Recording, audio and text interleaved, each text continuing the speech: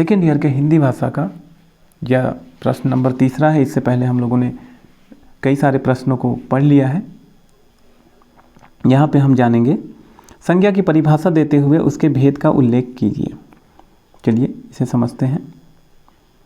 संज्ञा, किसी नाम को संज्ञा कहते हैं। संज्ञा वह शब्द है जिससे किसी वस्तु, व्यक्ति या स्थान के नाम का बोध होता है। जैसे मोहन स्कूल जा रहा है, आम में मिठास है, मोर नाच रहा है।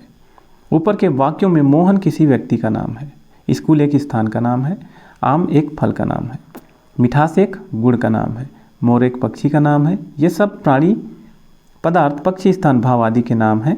अतः नाम का दूसरा नाम ही संज्ञा है। इसकी परिभाषा, किसी व्यक्ति, वस्तु, स्थान, जाति या भाव के नाम को संज्ञा कहते हैं। उदाहरण, कमला, पटना, अंगूर, चमेली, हिमालय, गंगा आदि। अब जानेंगे संज्ञा के भेद। संज्ञा के भेद, संज्ञा के 5 भेद होते हैं। पहला है व्यक्तिवाचक संज्ञा, दूसरा जातिवाचक संज्ञा, तीसरा द्रव्यवाचक संज्ञा, चौथा समूहवाचक संज्ञा और 5वां भाववाचक संज्ञा। अब जानेंगे पहला व्यक्तिवाचक संज्ञा। व्यक्तिवाचक संज्ञा से केवल एक ही व्यक्ति या वस्तु का बोध होता है। इसके उदाहरण देखते हैं। पहला उदाहरण, जैसे व्यक्तियों के नाम राम, श्याम, गीता, किरण, देशों के नाम भारत, जापान, चीन, नदियों के नाम गंगा, यमुना, शहरों के नाम पटना, इलाहाबाद, पुस्तकों के नाम रामायण, महाभारत। तो इस तरह से व्यक्तिवाचक संज्ञा के उदाहरण थे। अब हम अगली संज्ञा पे चले जाते हैं, जातिवाचक संज्ञा पे। जातिवाचक संज्ञा दूसरा है। जातिवाचक संज्ञा से व्यक्तियों या वस्तुओं की पूरी जाति का बोध होता है। इसके उदाहरण देखते हैं। पहला, मनुष्य, लड़का, लड़की, आदमी, औरत, भाई, बहन। दूसरा, पशु, पक्षी, गाय, घोड़ा, तोता, मोर आदि। तीसरा, वस्तुओं के नाम जैसे घर, घड़ी, मेज, कुर्सी, किताब। और अगला है पदों या व्यवसायों के नाम जैसे शिक्षक, लेखक, मंत्री, ये सभी। तो ये है जातिवाचक संज्ञा। इसमें क्या हुआ, व्यक्ति या वस्तुओं की पूरी जाति का इसमें बोध होता है। अब तीसरा है द्रव्यवाचक संज्ञा। द्रव्यवाचक संज्ञा से उस द्रव्य या पदार्थ का बोध होता है जिसे हम माप या तौल सकते हैं पर गिन नहीं सकते। जैसे उदाहरण देखते हैं, धातुओं तथा खनिजों के नाम जैसे लोहा, सोना, चांदी आदि। अगला है खाने पीने की वस्तुओं के नाम जैसे दूध, पानी, घी, तेल, ये सभी। तो ये थे द्रव्यवाचक संज्ञा। अब अगला है चौथा, समूहवाचक संज्ञा।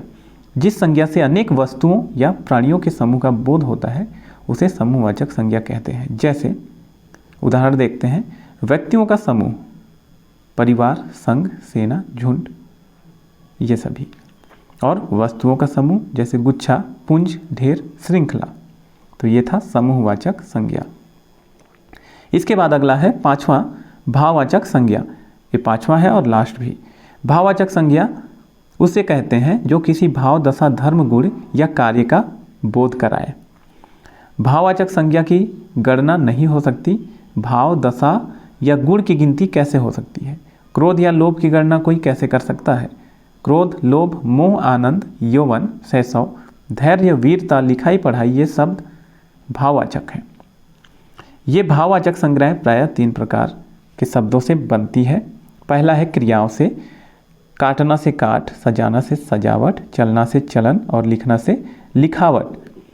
दूसरा है संज्ञा से, बाल से बालपन, मनुष्य से मनुष्यता, मनुष्यत्व, शिव से शिवत्व। और तीसरा है विशेषण से, मह से महिमा, धीर से धैर्य, सरल से सरलता, गर्म से गर्मी। तो यहाँ पे हम लोगों ने इसका उत्तर समझ लिया है। तो हम जान रहे थे सेकेंड ईयर हिंदी भाषा का प्रश्न। तो यहाँ पर इतना ही। अब मिलते हैं हम अगले प्रश्न के साथ एक नए वीडियो में। वीडियो देखने के लिए आपका धन्यवाद।